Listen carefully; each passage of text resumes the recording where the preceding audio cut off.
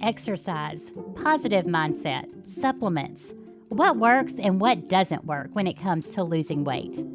Why is weight loss so tricky? We will delve into this hot topic today on Healthy Harmony.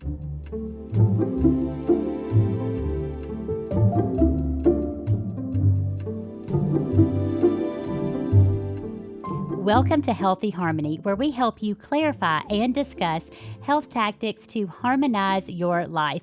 I'm your host and health coach, Jennifer Pickett, and today my guest is Becca Hammond. Becca is a certified health coach with 5 years of experience in health coaching and nutrition counseling. From an early age, Becca was intrigued by health and nutrition and how that played a role in her own life as she went through certain health challenges. She has a Bachelor of Science degree in psychology with an emphasis in nutrition from the University of Oregon. She is also a certified yoga instructor, and she got her certification as a health coach from the Dr. Sears Wellness Institute. Life experiences, education, and her genuine love for guiding people into optimal health and wellness truly lights Becca up and fuels her passion every single day. Becca, thank you so much for joining me today. How are you? I am so good. Thank you so much for having me. I'm so excited to be here. You're welcome. Okay, so girl, let's get right into the hot topic that everybody wants to know. Let's talk weight loss. Why in the world is weight loss so difficult? Yeah, that's a great question. And it can be so, so many branches of what we're looking at here with weight loss. And in my experience in my personal profession, it shouldn't be the only or the main focus, which can kind of be controversial, right? Because that is what a lot of people are wanting. They do want weight loss. They want to look better and feel better. And it's 100% understandable, right? But my modality of thinking goes back to the root cause of why you might have this extra weight. Excess body fat is pillows of this adipose tissue that can store toxins, and excess body fat, and for years, it can build up over months, it can build up over years. And the reason why it's such a touchy topic for a lot of people is that it can take that long to add on to your body. It can take that long, sometimes longer, to get off of your body. So it can be kind of a harder topic, and it's very individualized per person. Every body is different. Everybody's so bio-individual. Life experiences, everything is so individual. All of that needs to be taken into account when you're addressing weight loss. Yes, it certainly requires that individualized approach. And, so many people are very, very frustrated. They feel like they've done all the things. I love how you said that it needs to be a personalized approach, and maybe we need to look at this a little bit differently. You stated that sometimes this is someone's absolute main goal. This is maybe what drives them to see a health coach or a dietitian in the first place, is they want to lose weight. And you take a very different approach in looking at root issues. So, what are some of those root issues that could be driving weight gain? Yeah, that's a great question. So I think there needs to be a shift from weight loss to basically reducing inflammation, right?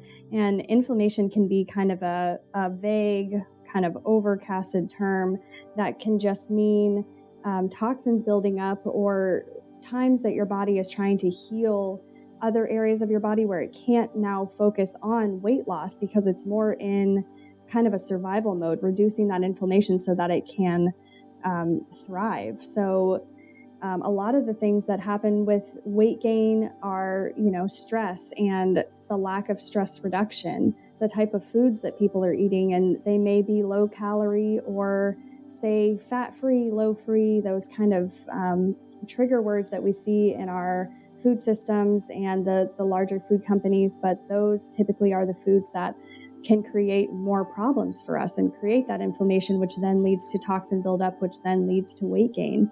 So it's more of getting to the issue of the root cause and getting into eating more cleaner food, stress reduction, better sleep, laughing, those kind of seemingly esoteric types of approaches, but Yes. those are the things that can really help you release that weight. And I always like to say weight release instead of weight loss, because if you lose something, that means you're looking for it. So we don't want to find the weight yes, again. yes. So you're saying weight release instead of weight loss. I think that's a very interesting perspective. And I wanted to ask a question about inflammation. I know that that's a word that we may use as health coaches. I know it's a word that's starting to be recognized. But if someone were to ask, okay, what are you talking about? What is inflammation? And do I have inflammation in my body? How would you respond to that? Yeah, so that's a great question. I think, and that's a lot of the time a clinical question that I talk with the doctors about, because another thing with inflammation is that it is very individualized. It can happen when you're eating inflammatory foods, which for each person can be completely different. It can be gluten for someone, it can be dairy for someone, it can even be different types of fruits or vegetables for other people that they don't know they might have a reaction to, that now their body is seeing those foods or things that they're taking into their body as a pathogen, and now their body is trying to fight those foods, even though for someone else they might not have that same reaction. Inflammation can be in the form of stress. So if you're chronically stressed for long periods of time, your cortisol levels now are elevated for longer periods of time than is healthy, and now you have inflammation in that regard. Is this a newer concept that we're looking at stress as a driving force in how we process weight and the health of our body? Do you think this is a newer concept, and why is that? Why are we just now looking at the role that stress plays?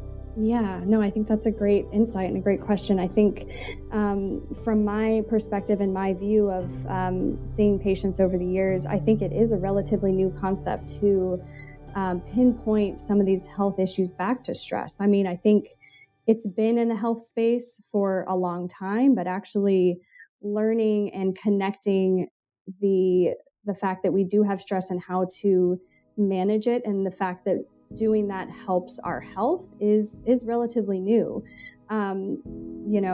It's definitely something that is more, at least in my experience in my life that I've seen, it's more prevalent now than ever in terms of we're a go society. We have so much to do. We certainly are. Yeah, social media that is constantly in our faces, and things that can bring low self-esteem or making us less active. So now we're not exercising as much, which then increases stress even more. So I think... So let me stop you right there. I think it lends a very interesting perspective here, is social media and being on our phones, being on our electronic devices, is that making us unhealthy? I think it's pretty interesting. And I actually have a cousin that does research with tech and happiness. So she's finding through her research that you can coexist and make technology part of your healthy routines. And conversely, it can also be a detriment. So it's finding that perfect balance of using tech to our advantage, using exercise apps, food tracking apps, meditation apps that we use through technology with our phones that can elevate our health, versus mindlessly scrolling or searching or, watching videos that don't build us up or waste our time on the phones or computers that are now making our health decline instead of helping us get healthier and reduce stress and, using technology to our advantage. Most definitely. And as we look at social media and we look at this rise of Instagram influencers, for instance, giving out health advice, what's dangerous about that? Listening to certain individuals give health advice and some of the images that are put before us. What is the danger of that?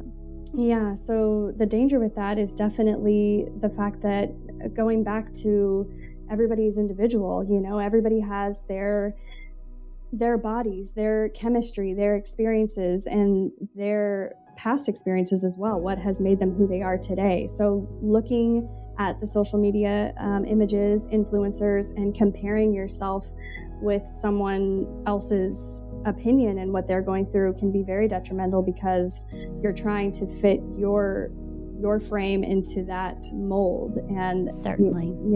that's never a good thing. We're inundated with different opinions, different ways to look at health, and I think the best methodology is for someone to take control of their own health, take it into their hands, and be their own champion, their own advocate. Go to a functional medicine doctor or a doctor that they trust, or a health coach. Start to talk with them about them specifically, in order to start on their health and wellness journey, versus trying to find someone outside of themselves. It's better to turn in to yourself with the help of a professional. Becca, I love how you stated that, and it makes me think of that phrase that says comparison is the thief of joy. And I think sometimes on our health journey, as we're looking at some of these images that are out there, this perfectionist type image, we almost have the sense of, oh goodness, I can never achieve that, and we get overwhelmed and we refuse to move forward because we just shut down. So I think you're right. It plays a key role. It can provide some motivation and some inspiration, but it can also be very detrimental. And you and I have certainly seen that weight loss requires a very, very customized, personalized approach. So, my next question to you is probably one of the biggest myths that is in weight loss today. And that is that weight loss is simply a result of calories in versus calories out. This whole this whole concept of eat less and move more. What would you say to those folks who this is still, this is what they know? This whole eat less and move more. Tell me what your thoughts are surrounding that. Yeah, and I definitely still hear that today. Up until this very point, I hear people that's what they're turning to, is just, oh, I'll just eat a little bit less and I'll basically burn and sweat myself almost to death for two hours at the gym.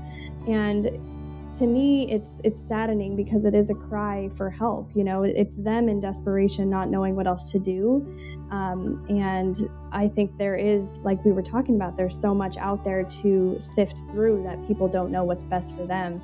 And in my opinion, no calorie is created equal. All calories are different.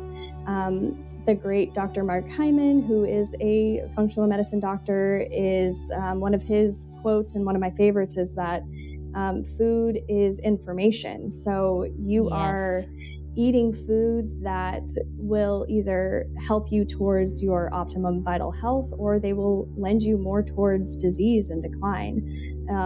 Unfortunately, there's confusion in that through our society and through the food industry, of a calorie being a calorie. But if you can take in as many phytonutrients as you can, fibers, real whole foods, and that is where you're getting your calories from, your body will thank you by naturally reducing inflammation, and therefore a happy byproduct of that is weight loss. Yes, that is fantastic. I think the general consensus out there is that we know that food is fuel, it fuels the body, but now we really are starting to understand that food is truly information. And we have to look at what kind of information are we giving our body. So sometimes it just makes sense if we take a really good view of what we're putting in. It kind of makes sense that we are sick and tired, because we're putting in that kind of information that is coming from the processed foods and the foods that are just loaded with the chemicals and the preservatives. It makes sense that it would lead to our health decline. So, my next question for you, I know you get this question a lot. If you're like me, you probably get it at parties and social gatherings. Okay, Hmm. what's your favorite diet? What diet do you recommend the most? Oh my, oh my. If I had $1 for every question I got. Right? Yes. So, that's kind of a trick question because diet, I don't like that word in general. A patient actually said to me today that, the word diet is just die with the T on the end of it. And that's how he feels. And He he's feels like, right. He's yeah, he's right. right. I'm like, you are 100% right. You feel like you want to die when you're on a diet because it does feel so restrictive. So I approach food modalities and ways of thinking and protocols with food lifestyles. So something for me specifically based off my genetics, my blood work, who I am today, my past experiences, what I enjoy, all those things taken into account, I live mostly a paleo type lifestyle, which basically just means I eat whole foods. I eat, grass-fed organic meat, but my staple is organic vegetables, organic fruits. I'm gluten-free and dairy-free, and I eat healthy meats, again, as Dr. Mike Hyman says, kind of as a condiment. So meats are just a small portion of my diet, really voluptuous, beautiful veggies being the staple. So, That's interesting. So you've yeah, got your vegetables as the star of the show, right? I yes, think that's kind of ma'am. a shift Hmm. in how we have typically approached things. I know growing up, the main course, the meat was the star of the Hmm. show, and Yeah. then some of these vegetables were maybe a little bit on the side. But you're saying we need to shift that, and the vegetables need to truly be the star of that plate. Yes, indeed. The vegetables, and also another super important component is healthy fats. So things like avocado, olive oil, coconut oil, even ghee, which is clarified butter. So it has the milk components taken out of it, and it is dairy free, so it's just clarified butter. These types of healthy fats fill you up. Walnuts, almonds, these beautiful nutrients, they give you brain health and satiety, so you feel full, healthy fiber, micronutrients. So vegetables being the star, healthy fats, pretty close up there too. And a little bit of grass-fed meat is good too. And that's for me. That's from my blood work and from what I've learned over the years. And I try to do that with each patient is, cater to what they like, but in a way that will keep them healthy and vibrant and get them towards the most vitality that they can. So there's no one diet, there's no one lifestyle either. It's just finding that perfect lifestyle for each person based on their bio individuality. A very customized and individualized approach. So, you Yeah. touched on another hotly debated topic, and that is the topic of fats. Hmm. Going back to my days when I was being trained as a dietitian, at that time, we were in a very much a fat phobic society, and this is how we were taught back then is that fats were bad for you. Fats would make you gain weight. It would increase your cholesterol, etc. So what has happened now to change our mind towards fats, and what fats do people need to make sure they're including? Which ones do folks still need to make sure that they are trying to limit or avoid? Yeah, so I think the shift comes with more and more research and more of an awareness of whole health and just feeling vibrant. And the doctors and researchers now are saying that healthy fats, meaning olive oil, coconut oil, nuts, seeds, avocado, these beautiful healthy fats are helping our brain function, helping our blood and our immune systems. They're the healthy fats that don't clog your arteries or raise your cholesterol like some old thinking or old ways of thinking basically is what it used to lend to. But we know now that that's not the case. These healthy fats are essential for brain function and for life and feeling full for longer, so that you're naturally full and you don't need as many of these carbs that you might have craved in the past, because now you're switching into more of what's called ketosis, which is also another hot topic. That is a hot topic. Yes, ketosis is when your body switches from burning blood sugars and carbs that you're consuming to now burning the stored fat that you have in your body, which is the way that our ancestors would thrive, is feast and famine type ways of living. They would feast and have all these beautiful foods for a while, and then they'd go through periods of fasting where they would now have to live off their body reserves. And that is a very healthy way and a cyclical way that your body functions. So the healthy fats are those that I mentioned. The unhealthy fats are what doctors are now calling sweet fats, which can be a very dangerous combination of wheat or, these bread-like products that are paired with sugar. And that is a pretty deadly combination for the body because it stores as fat right away. Your body will burn through some of it and then store it and create these pockets of fat and toxins in your body. When you get into ketosis, that's when those reserves can start to burn. So Okay.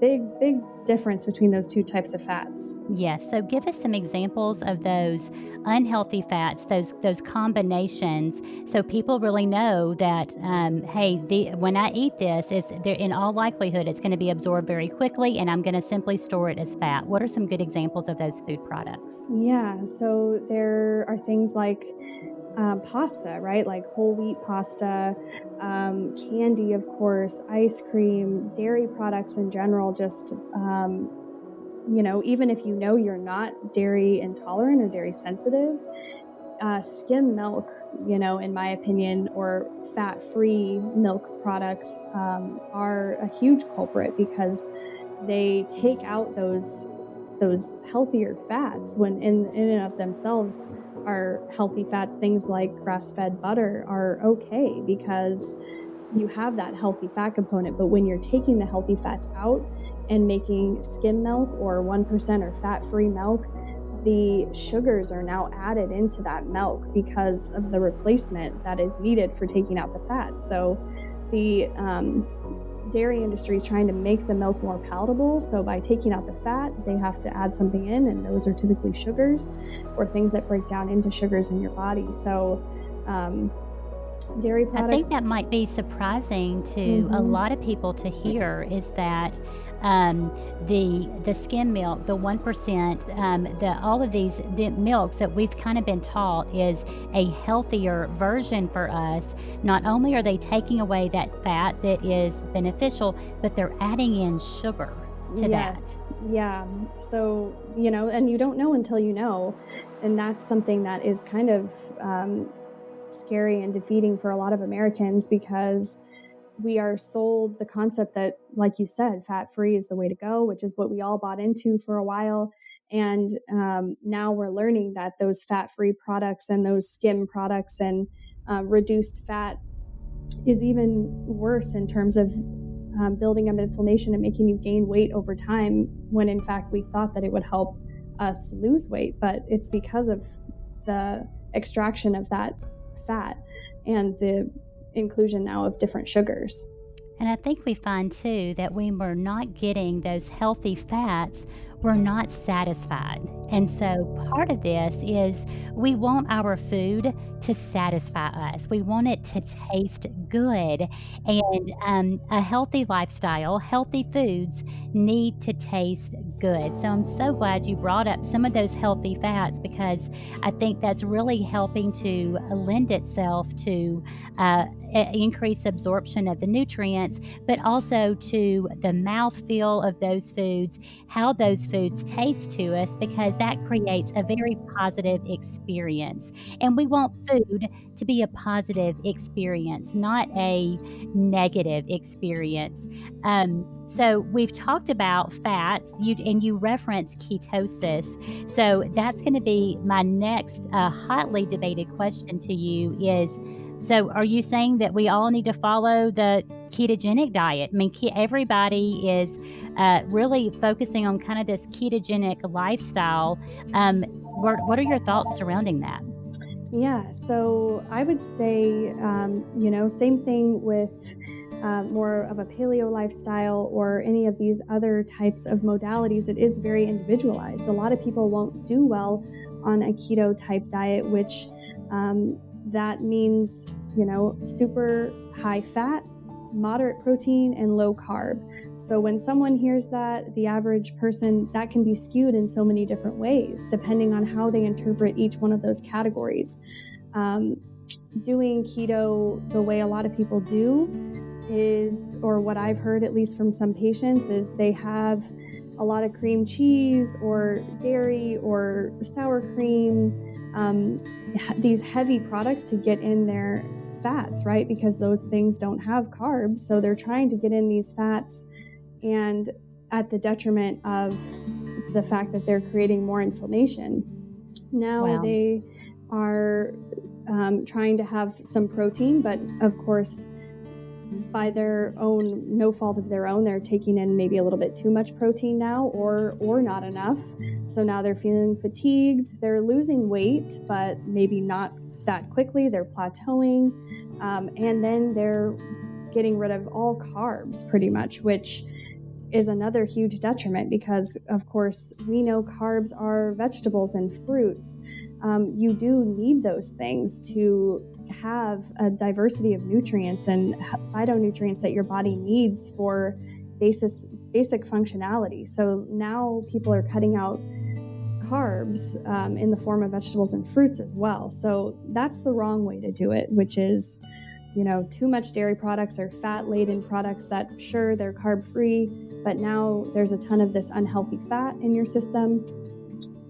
It's kind of touch and go with the protein, either too much or not enough, and they are cutting out the magnificent carbs, which are the vegetables and fruit. So that's the wrong way. The correct way would be what doctors and functional medicine doctors are now saying is kind of ketotarian. So Oh, interesting. What does that word yeah, mean? Ketotarian. yeah. So that's kind of focusing on the vegetables as the main dish. So you're trying to have vegetables and a little bit of protein and all of these beautiful healthy fats. Again, the avocado, olive oil, healthy nuts and seeds. So that's where you're getting all your fats from. You're having a moderate amount of protein, grass-fed beef, organic meats that are kind of a condiment in the middle there, in a moderate amount, and then still a good amount of these vegetables that aren't typically higher carb, but they're super high micronutrients. So things like kale and spinach and all these beautiful cruciferous vegetables, and not that many heavier carb foods like sweet potatoes, and just kind of moderating your carbs in that way, making sure that you're getting those beautiful healthy fats and a good amount of organic grass-fed protein. Very interesting. So, if someone is looking at the subject of fruits and looking at their intake of fruits, and that person said, "Okay, I've heard that I can't have fruit because it has sugar in it," how would you respond to that person? Yeah, and again, I mean, I always applaud people for coming to me with these questions, and the fact that they've done research and they know, that there are foods that have higher sugar, or the buzzword higher glycemic, or lower sugar foods, lower glycemic. So the fruits that are great to have in any type of realm is berries. So those are lower glycemic. They have a great amount of phytonutrients and fiber, so they'll fill you up without spiking your blood sugar, so that you feel like you need more. Apples are great, fibrous fruit. So indeed, it is true. Fruits have sugars, but it's kind of knowing that berries are king in that sense. They are super low sugar, high fiber, high micronutrient, and foods like pineapple are higher glycemic and typically will spike your blood sugar. So if you're and tend to be higher carb as well. And you can Google the higher glycemic and lower glycemic fruits and just pick those out for yourself. I Okay. go over those with patients when they come in. Same with vegetables and whole grains, even, or gluten-free grains, seeds, nuts. We kind of go through the nutrient component of each one of those and what's best for them. So you referenced working with clients and how you really guide them to come to these conclusions on their own. What made you Hmm. go into health coaching in the first place? Yeah, so um, kind of a short, long story. I grew up on a kind of like a tiny farm. We had a garden. I was always fed um, amazing, wholesome, organic food from my mom. We cooked home meals. I was very blessed in that sense. And when I moved away for the first time when I was 18, I worked in a coffee shop and started eating pastries and sugary coffee drinks because I got them for free with each shift. So I gained a good amount of weight. I'm 5'4" and I gained 30 pounds. So that's a lot for such a small For person. a small frame, yeah. Yes. And I gained it very rapidly. And I felt this emotional bondage and a physical bondage of that extra weight so quickly, and the chemical changes that were going into my body at that time. And I just never wanted to feel like that again, first of all. And second of all, I never wanted anybody else to feel that for their any part of their life. And if they're there, I wanted to get them out of it as best I could. So I started researching nutrition on my own, went to college and loved the positive psychology aspect. So I got my degree in psychology with the emphasis in nutrition, became a yoga instructor, learned more about nutrition that way. And I really started tuning into what that meant with nutrition education, but even more importantly is just that one-on-one connection that you can have with people to help guide them to actually making behavior changes permanently in their Yes, life. definitely. Yeah, so that's where my passion began as I experienced it. I felt that pain and I couldn't, my love for people just overwhelmed me to the point that I didn't want anybody else to have to go through that. And I know that it's such a huge proportion of America definitely that goes through that. So I wanted to make a change. So, what would prompt someone to make that phone call to search for a professional like yourself, a health coach? What would prompt them to do that? Yeah, I think just the confusion, like we talked about today already, of so many different things that we're looking at social media, and just being riddled with different information from different avenues, from well-meaning people, I think, that are trying their best they can to educate the public about health. And now an individual is left there kind of confused and wanting answers for themselves as an individual, just a personalized way to live where they can feel more vibrant. And I think that's what leads people to functional medicine and health coaching, because they know, or they find by research, that that's what our whole modality is talking to each person and really learning who they are, at a base Mhm. level, from pretty much from birth to today, of Taking that time. yeah, taking that time, taking, at least an hour with each person, with the doctor, and then another hour with me, to just get that intake and tell them that we're here for them and we're going to help them, and that they should be empowered to make those decisions. It doesn't even come down to me as a health coach or to the doctor. It's going to come down to what they feel is best, and that they're in the driver's seat.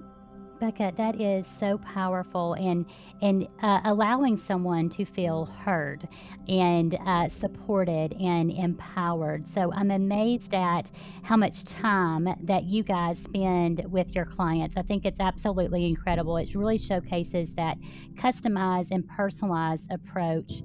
So my question to you is: you utilize a statement, functional medicine. You've used that several times. I realize we might have some listeners who they're not familiar with that term. As we wrap up here, what is your best definition of functional medicine, and how does it apply to that listener who is they're just sick and tired of being sick and tired? Yes, yeah, I hear that at a spiritual level.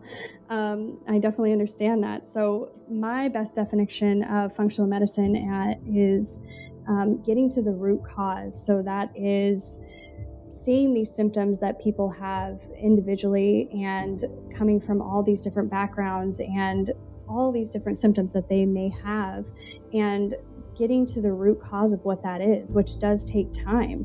So that's where I think that functional medicine really flourishes, is taking the time with each patient and finding out what may have caused this or this symptom. Are they connected? Why or why not? Where should we go from there? How deep can we get to resolve this symptom? And now it's connected to this one, and we resolve that as well. So, functional medicine is really getting to the root cause of disease. Truly a very unique and different approach, and very, very timely, because I think people have gotten to such a frustration level in their own health journey, and they need to do something different. And so I love the approach of functional medicine in truly getting to the root of the issue. And I love how it's completely centered around that individual. So a very customized, individualized approach. Becca, our time is up for today, and I'm devastated because, I girl, I think know. we could talk for hours on end. Yes. You have given us so many wonderful just nuggets of wisdom and some insight. I think it's been very, very empowering. So I just want to thank you so much for spending time with us today. Where can people connect with you? Where can they find out more about you? Yeah, thank you so much. I agree. I could go on and on about this, you and I both. So I work at Modern Medicine, which is in Addison, Texas. We have a website, which is mymodernmedicine.com. My email directly is becca@mymodernmedicine.com. Email with any questions at any time, or you can go on mymodernmedicine.com, search for the Addison location. We also have a Forney location. The phone numbers and emails are on there as well, and you can look through the information on our page, get to know each one of our doctors. We have Dr. Rice and Dr. Villanueva, me as the health coach here in Addison, and then Ashley is the health coach in Forney, and kind of read through what we do, if it's something that fits for you, and how to contact us. Fantastic. Thank you so very much. Guys, also remember to subscribe to us on your favorite platform of choice. You can like us on Facebook, on Instagram at Inspire Healthy Harmony. You can also join in the weight loss discussion and the debate on our Facebook group. And you can check us out at inspirehealthyharmony.com. So until next time, bye, y'all.